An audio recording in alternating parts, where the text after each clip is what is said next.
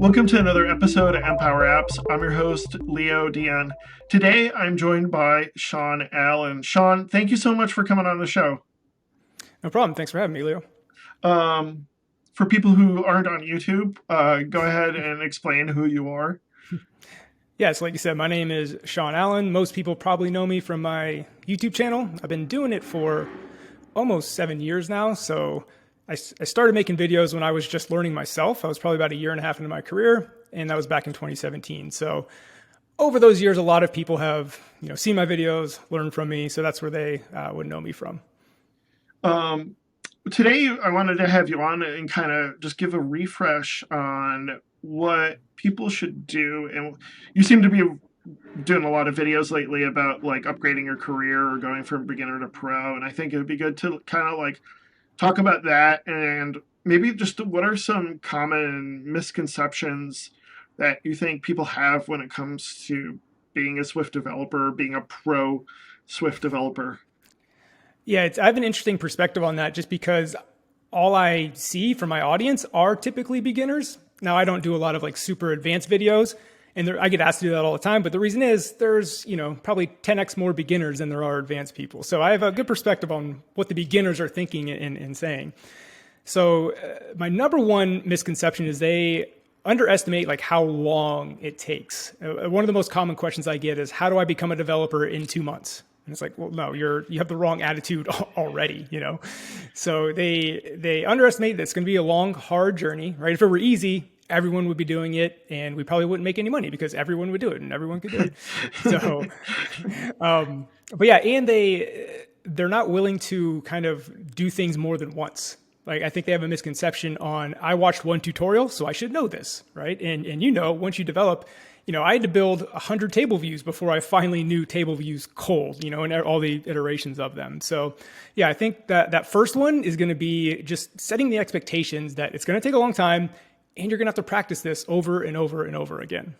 It's like experiential learning. Like you have to do it and do it several times and find out all the little facets of it. Like, oh, that's what a UI table view data source does as opposed to a UI table view delegate. And this is because you do it the first time and you only need to do the bare bones of it, like, oh, just listing out items. And then you realize, oh, there's all this stuff about editing and differential data source. And like, there's so much more when you start getting into something that there's like different angles to it that like, Yeah, it seems like you're trying to like, which is what you're saying is like 2 months isn't going to give you all those angles on how no. UI table view works.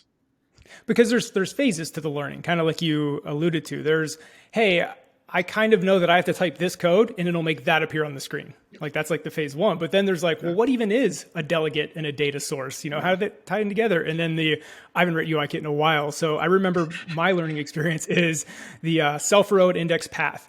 Like it took me probably until I built 50 table views to realize that, oh, that's getting called every time a new cell like appears on the screen, and realizing what a delegate method really was and how that's working. So again, it's one thing to know what code to write and make it work. It's a totally other thing to fully understand what's actually happening with your code. And that going from point A to point B right there, that's what takes the months. And I think again, the misconception is beginners will be like, well, I know what code to write, so I know it. I'm good. And it's like, no, you only know the surface. It's like the iceberg, right? There's a whole lot more going on. Yeah. What are some other misconceptions that you've run into from beginners? It's not so much a misconception, but a lot of beginners do fall into what I've called the tutorial trap. I don't know if I've coined this term, probably not, but I do notice a lot of people have used it since I first made a video about this in like 2018, and now I hear it all the time. And I didn't hear it before, so anyway, don't know. I don't think I coined it, but anyway, I hear it a lot. TM. But no, it's it's just one more tutorial. Let me learn this new thing. And in programming, there's always a new thing coming out, whether it's like Swift charts or ARKit or, even Swift UI itself. There's always the hot new thing coming out. And, you're just a forever learner. When I know my learning skyrocketed when I decided to make my own project and there was no cookie cutter recipe to follow. Like I had an idea. Okay, let me make this idea real. And again, there wasn't a tutorial for it. So I had to bang my head against the wall, dig into the documentation. And that's rough. It's not fun. We talk about like that programmers, like sometimes you feel like a genius, sometimes you feel like an idiot. You're going to feel like an idiot a lot in that case. And it's not fun. But that process is what will just your learning will skyrocket exponentially when you do that. So again, stop following people's cookie cutter tutorials and try to build your own thing. You'll learn a lot that way. Yeah, I definitely agree with that. I feel like tutorials are good for filling in gaps when I'm trying to learn something new, but as far as like deep diving into something, usually I'm the kind of person who just wants to open up Xcode and go at it and Mhm. then take a look at it later and be like, okay, like I missed this whole part. There was a easier way to do it that was 10 times easier that Apple provides and I did it the Yeah. stupid way. Or yeah, and I think like doing that, building an actual project is it gives you a real world example because it's your own Right, project, right. but like it gives you like, oh, now I understand like how these pieces fit together as opposed to just like your 500th to-do list or Pokedex or Hmm. whatever the heck you're building. Yeah. um and using just a simple UI table view because like no app is just a table view. Like usually there's like a Right. navigator and like you got a tab view and all this other pieces. Do And you and think? building your own, sorry, real quick, and building your own thing, just to add on to that, requires you to dig into the documentation and learn. Because, like I said, there's no cookie cutter tutorial for you to Yeah. follow. And I get asked a lot, like, what's your best tips on learning the documentation? And I've thought a lot about this, and I always get asked to make a video about it. I don't have a good answer for it because my answer is basically like I banged my head against it for 2 years, and it was kind of almost like two levers being pulled. As my knowledge grew, the docs became easier to understand, and Okay. then understanding the docs also helped my knowledge grow. So it's kind of like two things going back and forth. So I don't really have good advice aside from just start putting in the time, putting in the work, and know that it's probably going to take a while for you to fully understand them. But once you do, that's what is this huge unlock. So you don't have to follow tutorials anymore, and you can build your own ideas and learn things by diving into the docs. And then, like you said, when you dive into the docs, you'll see, hey, maybe Apple already did this for me. Yeah. Right. Right. What else was I gonna say? Oh, what you talk? It seems like a lot. Like you talked about patience when it comes to becoming a pro. Do you think some people come away with that with kind of their head down and being like, I don't know if I want to do this, or are people like, what's kind of the reaction to that? I guess.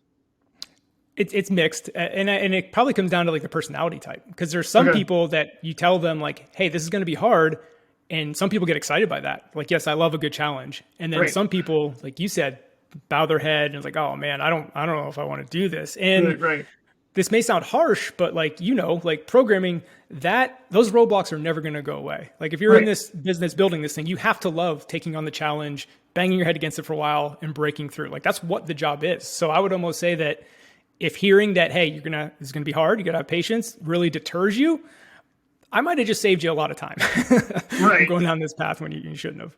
I don't remember. I keep citing this TED talk where the guy explains how like we sometimes when we see things that we want to do, like let's say you want to be an actor, right? We think of all the glamour and fun parts of it, but we forget like you have to memorize the lines, you sit and like you have to be with the grips and you have to have the food service table and be there for 12 hours waiting for your scene and like or just anything like any project. It's like you think of the fun parts and you forget about the pain and like the hard part about actually doing stuff. And I think like with programming, I think that's a part of it is like people have this idea either A, like if they're doing it for their career, it's like the money, right? Hmm. Or B, they're like, oh cool, I'll build this really cool app. But they don't think about like you have to deal with the app store review, you have to deal with getting Xcode to build and upload it, you have to deal with the fact that you have these integrations that you have to put together, Hmm. you have to deal with edge cases of like, oh, the network doesn't work in your app. What are you going to do then? Like, there's all That's these what that's things. yeah, Yeah, that's what I was just about to say. The edge cases. That's what always gets me, because some of them you didn't even think about. Like my app, just Creator View, just got rejected, and this is kind of an obvious edge case, but I didn't think of it. It got rejected because when they authenticated with Google, their Google account had never created a YouTube channel.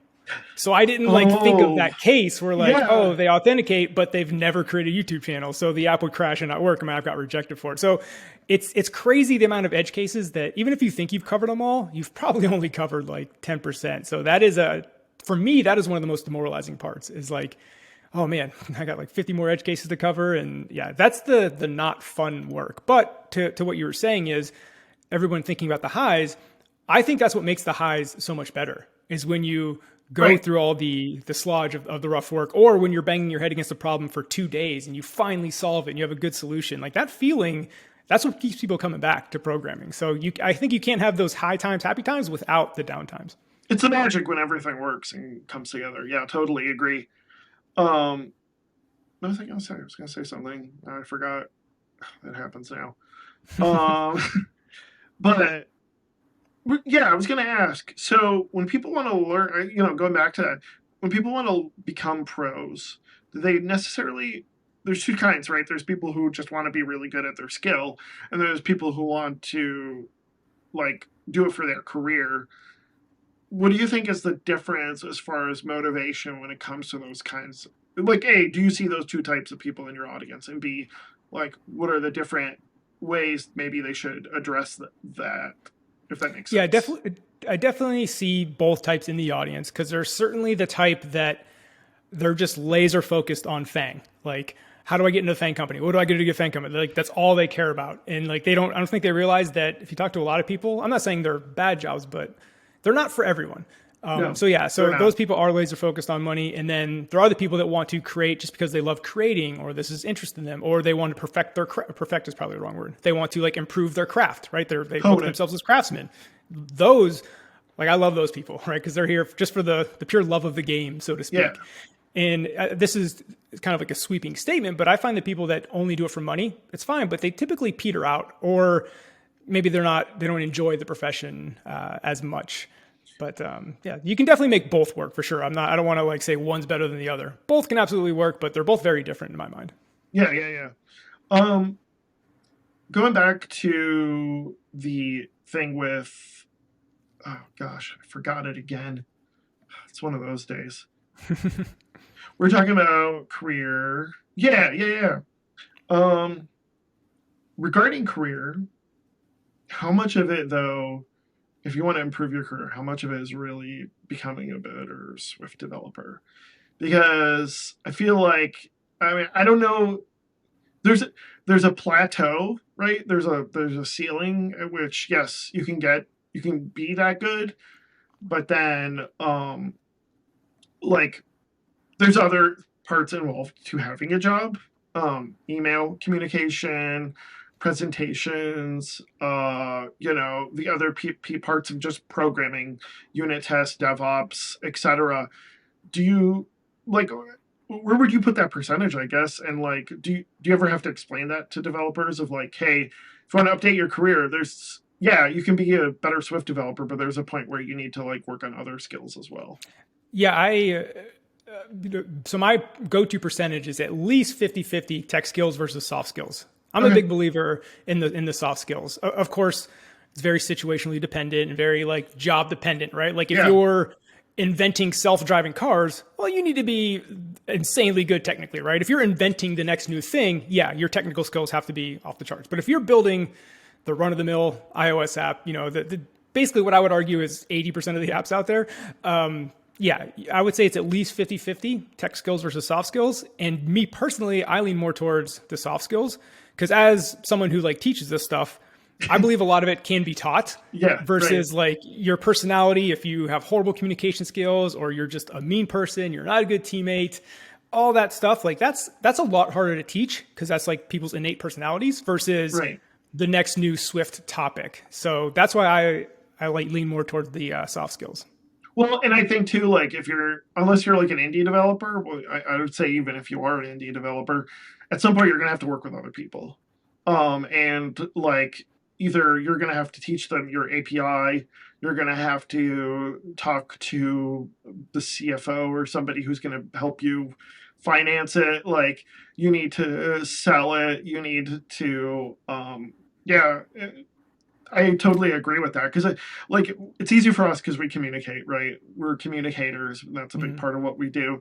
But like, I think part of it is just like you're not only going to be talking to your technical crowd. You're going to have to talk to people who are less technical, who will need to like sign off and like accept what you're working on. Well, a good example of that, because this is more towards the beginners, because like I said, the people that are all Fang, Fang, Fang, it's very hard to get into Fang as your first job unless you're a Stanford computer science grad or something like that. Right. But most, especially self-taught beginners, will probably start their career at some smaller company, some startup. And to your point, like that's where I spent a lot of my time in San Francisco, where I was like the only iOS developer, or it was me and one other person, but I was like the lead. And like you said, I would have to talk to, this would be like a 6, 7, 8 person startup. So I'm talking to, the CEO and other co-founders. The communication of like they want to build all these features and marketing is asking for features. So as you developers out there know, you have to be like, okay, there's trade-offs to all this. Right. Not only like one feature versus the other, but then also within one feature, I call it the spectrum of complexity, because like you can take one feature, make it insanely robust, or there's a much simpler version of that feature, right? And there's a whole spectrum in between. So like you said, communicating with the people that are requesting these features that, hey, if we build this feature to this complexity, we can do that, but we're also going to have to give up this other stuff. And then basically kind of put the decision back on them. Like, this is the trade. We have limited resources. We can't do it all. So communicating that in a way is a whole nother art form and a whole other skill. And if you are bad at that, in that scenario, you're probably not going to last long. Whereas if you excel in that, you're going to make yourself just an invaluable member of that team. Do you think, yeah, I was gonna say totally. I think too, in communicating within your team as well, like in your development team, is super helpful. And being able to like take that senior position when the time comes. Well, or I think to that point is, I believe if you don't have those communication skills, it'll be very hard to even make it to that senior position. Yeah, Because right. the more senior Exactly. you get, that becomes way more important.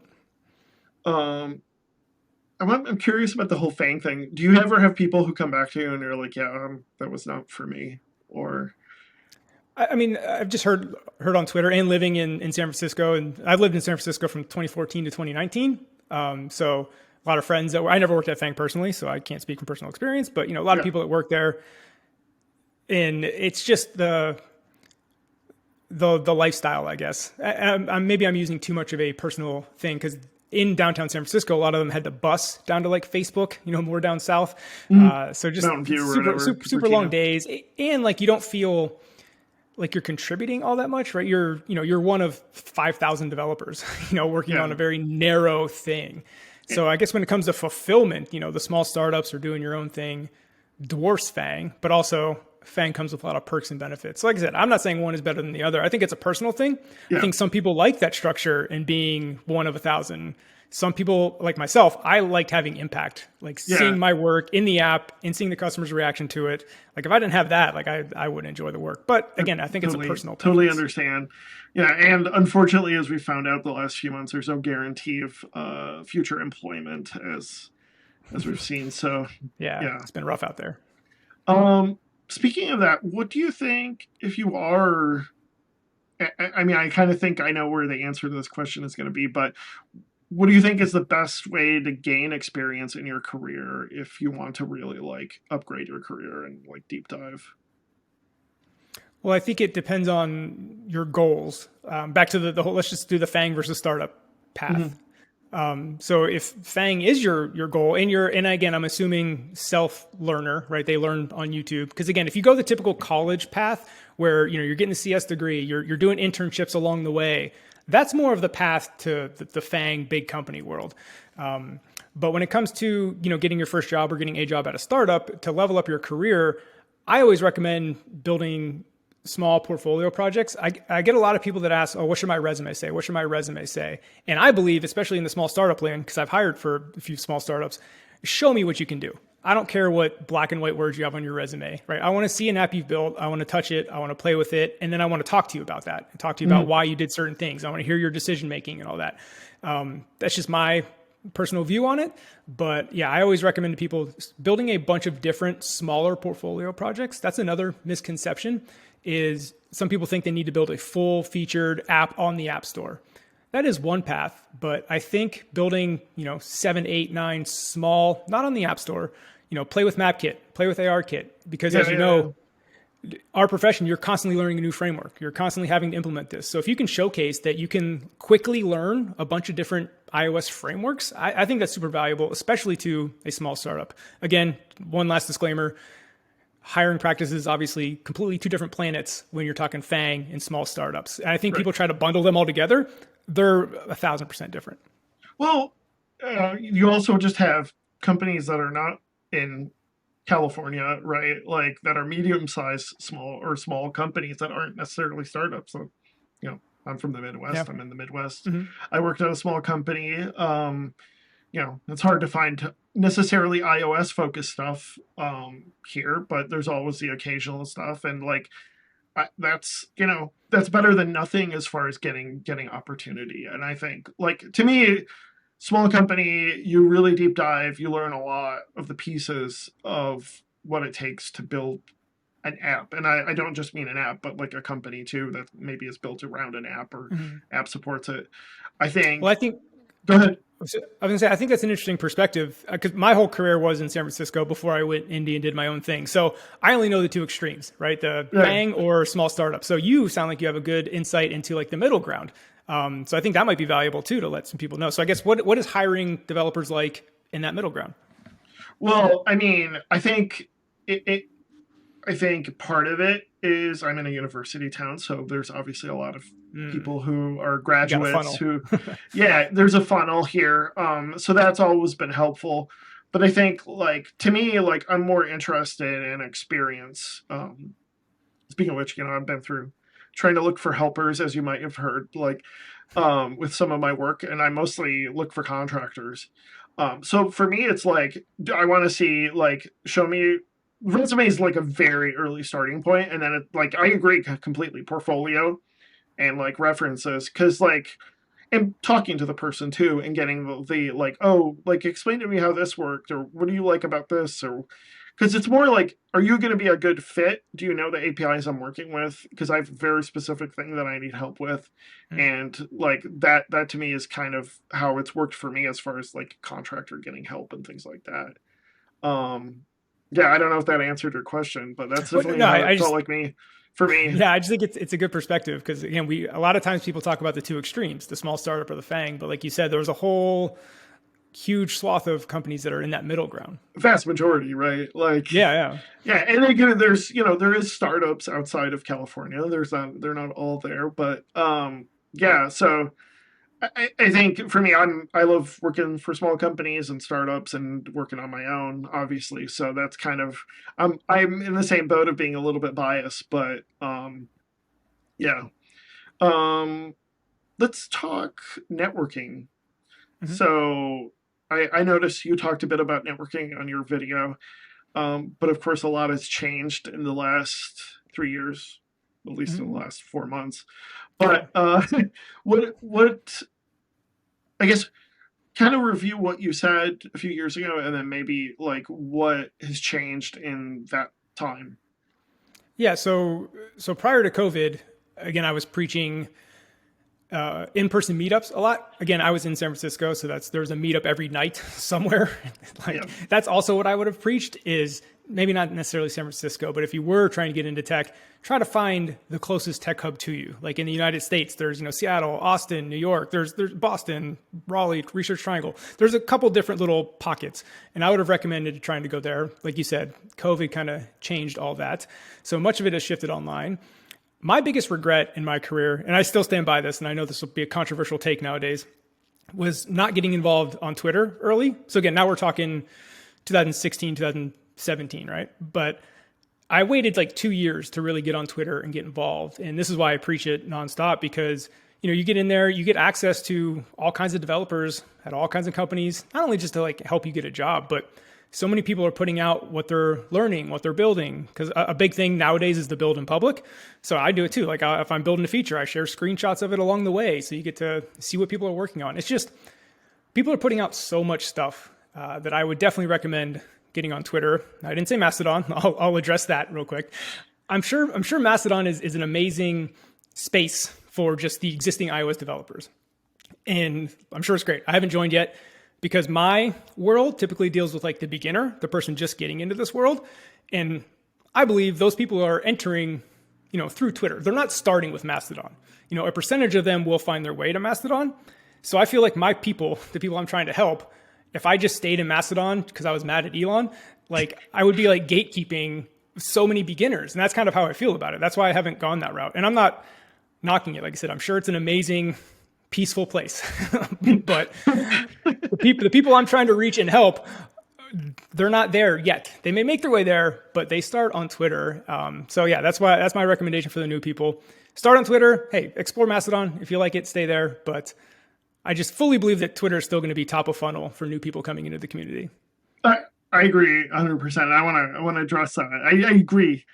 But I also want to jump back and talk about local networking because it's funny you mention that. I've mentioned this before on my videos. Is that at the end of 29, I felt like where I am locally, my local networking had run dry. Like I just was like, I'm done. This is not worth my time, and I pretty much focused all online. This is the end of 2019, by the way, like totally coincidentally. Yeah. Um, and like I had done everything. I had done meetups.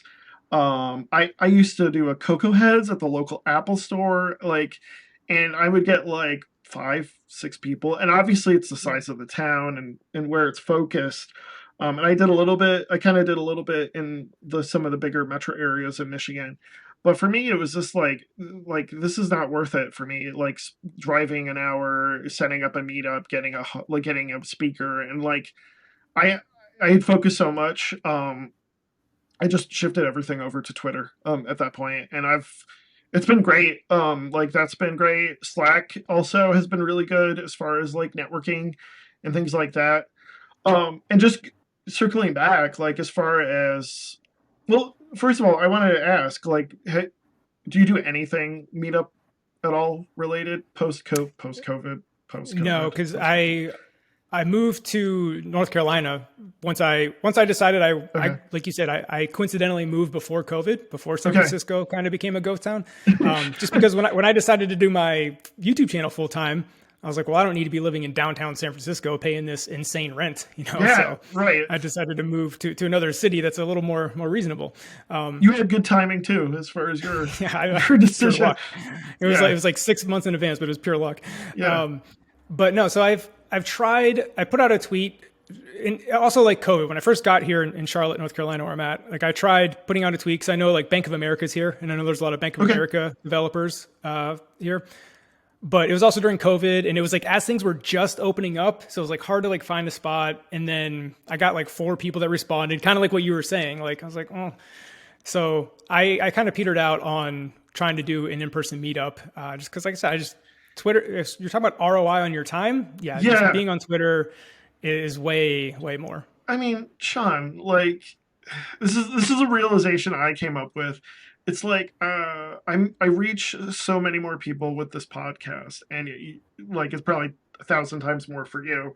But like you reach so many more people on YouTube or podcast or even Twitter than you Mhm. ever do in a meetup. Like to me, it's like why would I present in a meetup when there's 5 people there when I could give a podcast where there's like hundreds or Mhm. thousands of people Yeah. listening? Like it's just like ROI on that's ridiculous. It's not even Hmm.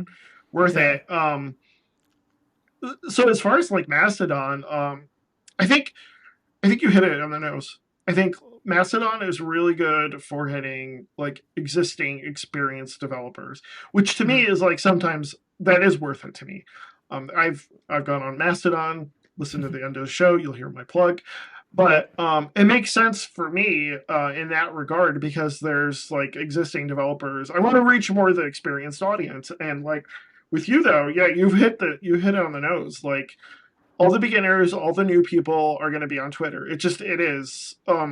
People feel intimidated by Mastodon still. I think it's not as bad as it used to be as far as Hmm. getting started and picking your server. Yeah. But yeah, I think that's exactly it. It's like when you new people are going to be on Twitter. It's for the next 2 or 3 years until Yeah. it Yeah. shuts down because AOL buys them or Yahoo or whoever. Right.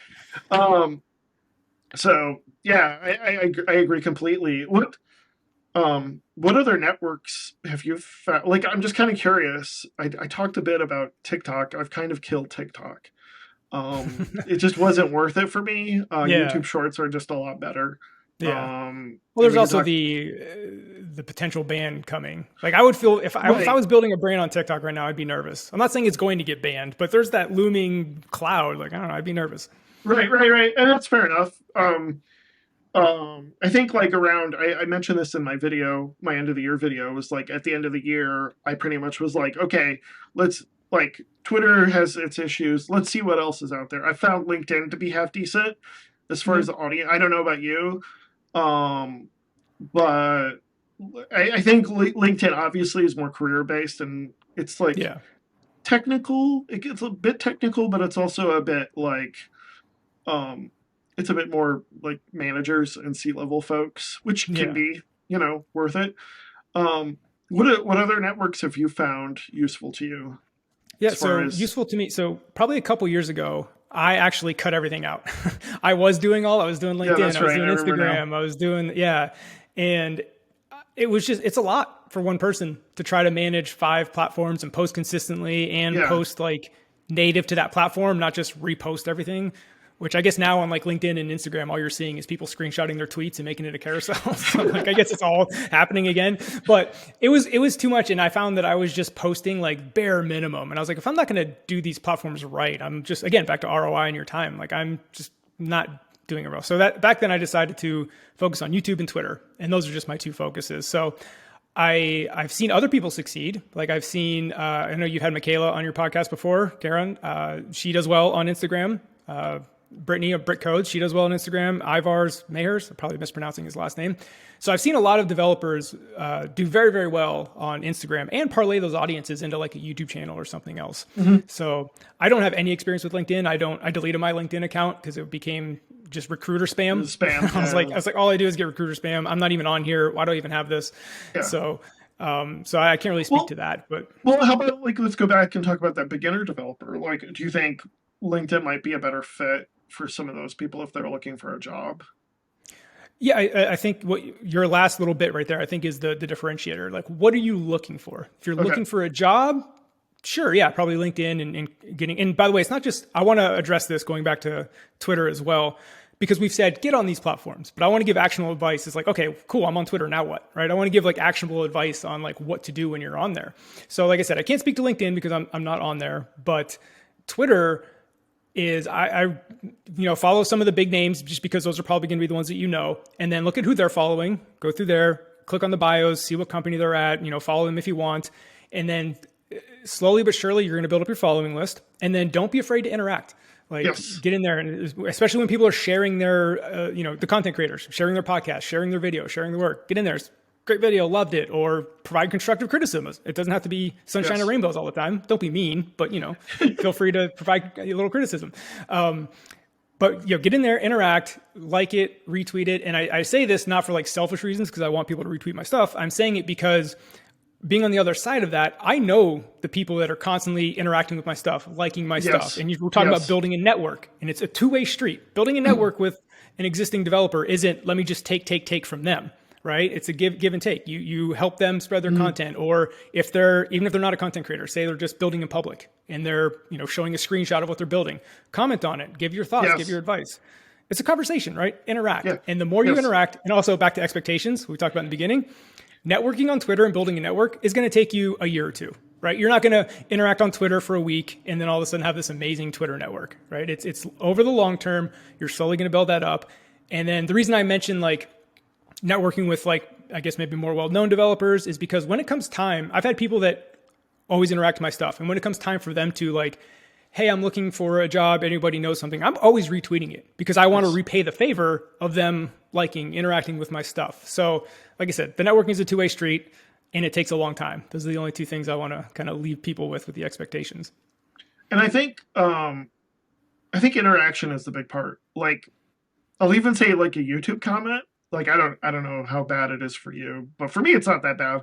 Like I don't Yeah. get a lot of garbage as far as my YouTube comments, but like a YouTube comment, a LinkedIn reply, a Twitter reply. You do a great job too with like asking questions on Twitter. Like reply to those and like maybe not just fill out the poll, but reply.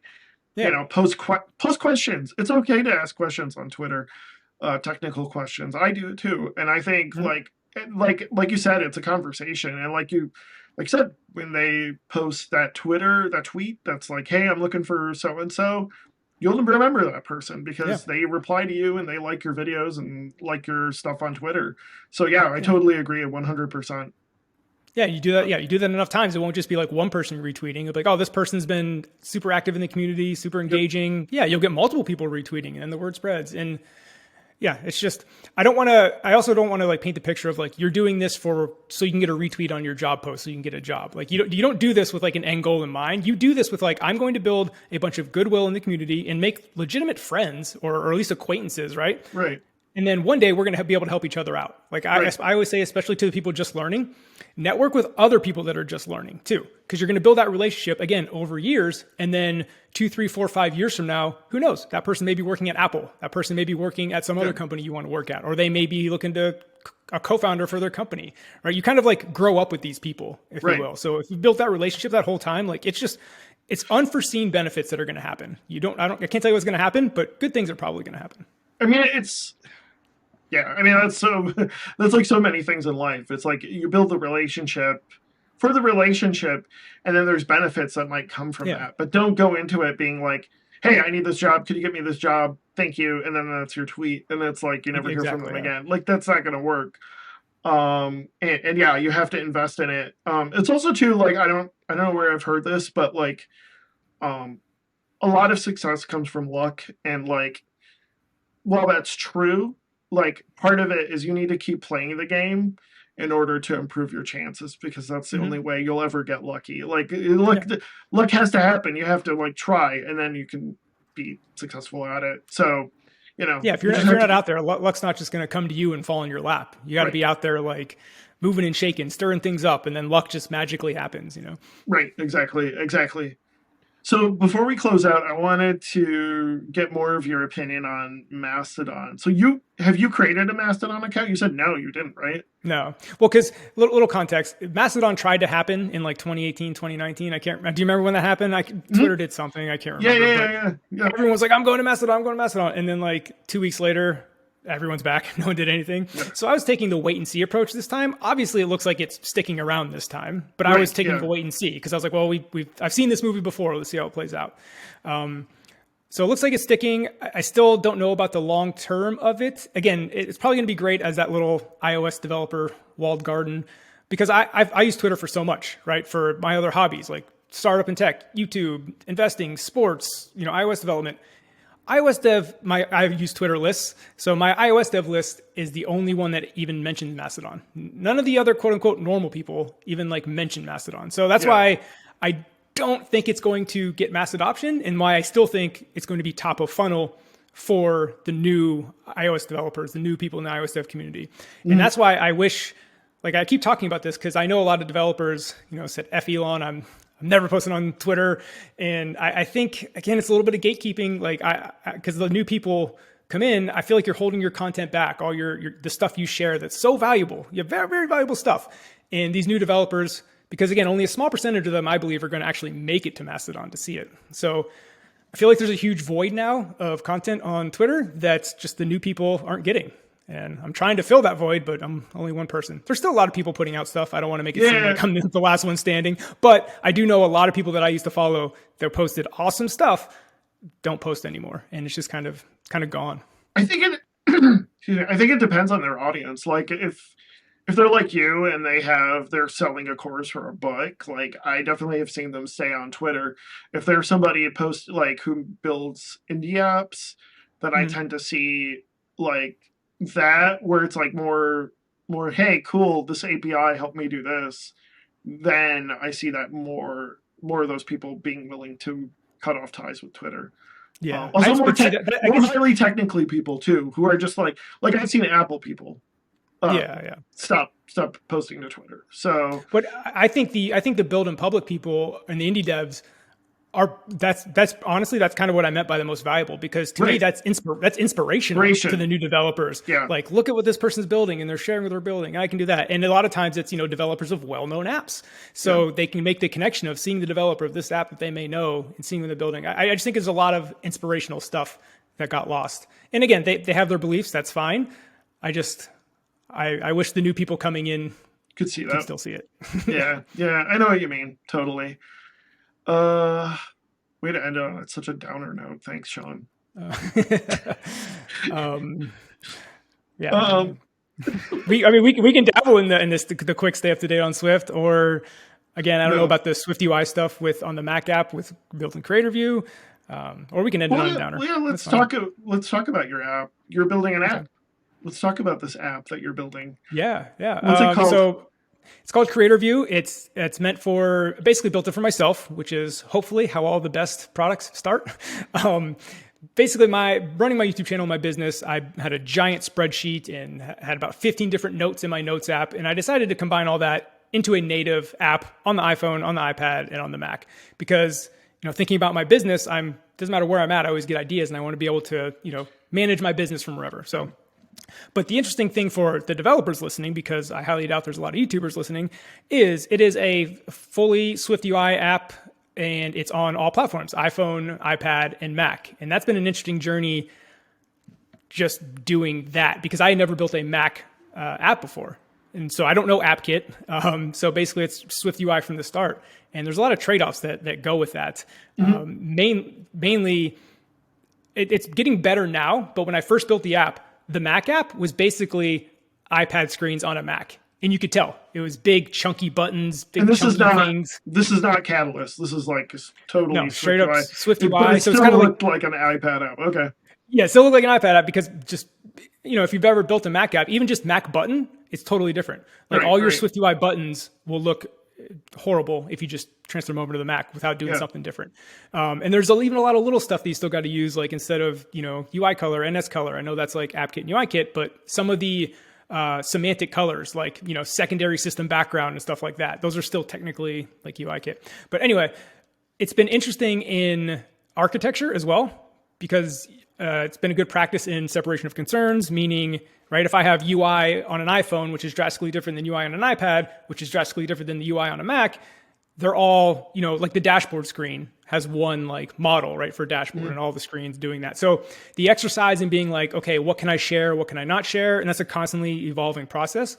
That's been like super interesting and fun. And I remember when I first built the Mac app, I was surprised how, I'm going to put it in quotes, easy it was. I was expecting a nightmare, and it ended up not being too bad. So I guess what I might leave you with is if you do have an iPad and an iPhone app, because I know most developers don't develop for Mac, I don't know. If you think your audience can use it, I would give the Mac a try. It's not that bad. What? Yeah, we did a really good episode with Troz, so definitely check that out in her book. Did you have to do any app kit like NS view representable or view controller? No. The only thing that I had to do a representable for is the mail sheet. So in my info in the feedback, like send me feedback, right? Because there's no native Swift UI thing to pop up the native email sheet. Yeah. That is the only, and I don't want to I'm not against using UIKit, by the way. I don't want to make it sound like, or AppKit, you mean? or AppKit, or yeah, either one. Yeah.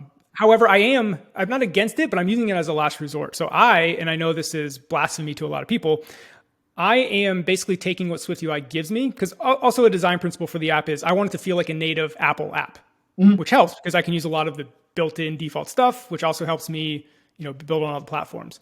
But hold on, forgot where I was going with that.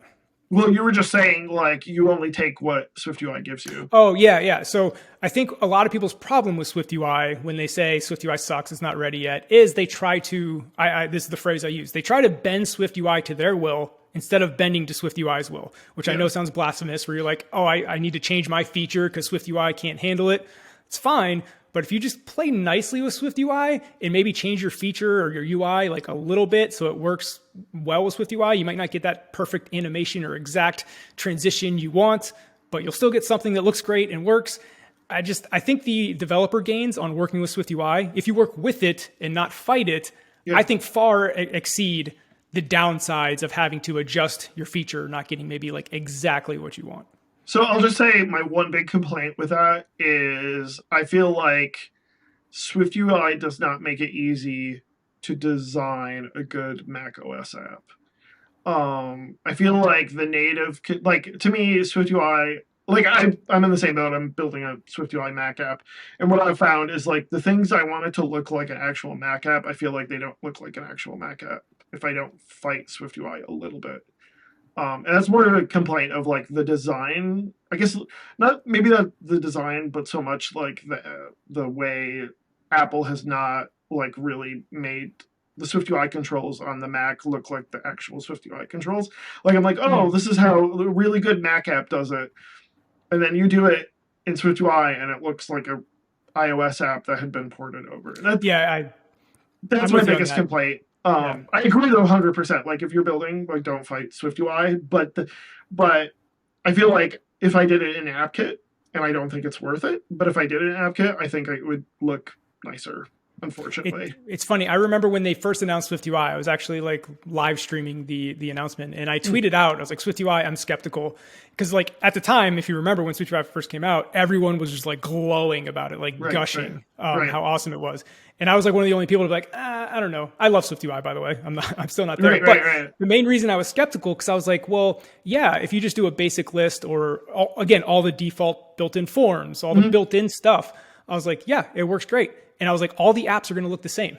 That was my thinking. Like the day it was announced, I was like, well, yeah, everyone's going to And use the default that stuff. was And the big complaint about Catalyst too. Was like, oh, if you're just going to build an iOS app and port it to the Mac, it's not going to look as great as a yeah, fully native Mac app. Yeah, exactly. but so I've come around to again back to UI Kit and SwiftUI just being a tool, like use it properly. Now my beliefs are because the app I am building, Creator View, I do want it to look like an Apple app. So I love using all the default built-in stuff. I want it to feel very native. But if you want to build one of those like whimsical, fun, unique UIs, maybe you are better off sticking with UI Kit because then you do have all the flexibility. But if you are cool with it Right. looking like an Apple app, then SwiftUI is probably the better way. And I think there's a lot there. To me, the gains of SwiftUI and the architecture patterns and the whole way you manage two-way binding, I think way outweigh the losses you get on creating cool animations, and especially in Mm, the long term, because what ends up happening is in 2 or 3 years, like Apple will add the stuff. Like we know SwiftUI is the future, so why yeah. would I want to build an app just using UIKit only or only AppKit and then be screwed in 2 or 3 years because there's a ton of cool stuff I can do in SwiftUI. Well, I think some people are saying it, but I think this gets lost a lot is that iOS development or just developing for Apple platforms is only getting harder and harder and harder, right? Back in the day, there was what, two screen sizes. Now there's Right, 8 different screen sizes for iPhone and iPad, and now we're going to get a headset coming soon. So, right. like you said, the gains on being able to, the gains SwiftUI gives you, even if you use the Apple stuff, far outweigh like trying to write everything custom for all the platforms. You're just biting off like so much work when you try Yep, to do it that way. And it's like, is all yep. that worth it? Or can you just not fight SwiftUI, go with Apple stuff, and be more productive, your team on all the platforms? Because there's so many things to like take into account now with iOS Yep. development. Exactly, exactly. Well, Sean, thank you so much for coming on the show. This has been a fantastic conversation. Glad to finally get you on. Where can people find you online? Yeah, so youtube.com/Sean Allen or on Twitter, at Sean Allen _dev. Awesome. Thank you again for coming on. This was No really problem. fun. Appreciate you People having me, can find, Leo. yeah, we'll do it again, hopefully. People can find me on Twitter at LeoGDion, Mastodon at LeoGDion at C.im. If you're watching this on YouTube, please like and subscribe. I'd really appreciate it. And if you're listening to this on a podcast player, give me a review. And if there's anything you want to listen to or you have on the show to talk about a specific topic, reach out to me. Like we said, please reply. You can DM me. My DMs are open. It's a great way to network. Thank you. That's it. We'll talk to you in a couple weeks. Talk to you later, everybody. Bye. Bye, everybody.